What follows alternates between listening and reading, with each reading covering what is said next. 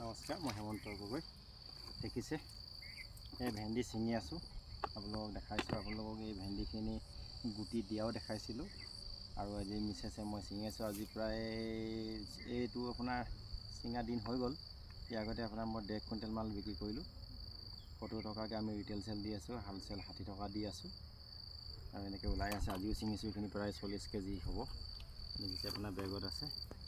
আৰু দেখিছে এই ভেন্দি গছ এতিয়া কেনেকুৱা হৈছে, দিওঁতে এতিয়া কেনেকুৱা হৈছে আপোনালোকে চিনি পাইছে। জেগাটো সেইফালে দেখাই দিয়া।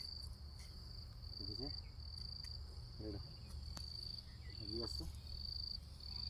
ঠিক আছে, অলপ মিছেছকো দেখাই দিওঁ অকণমান।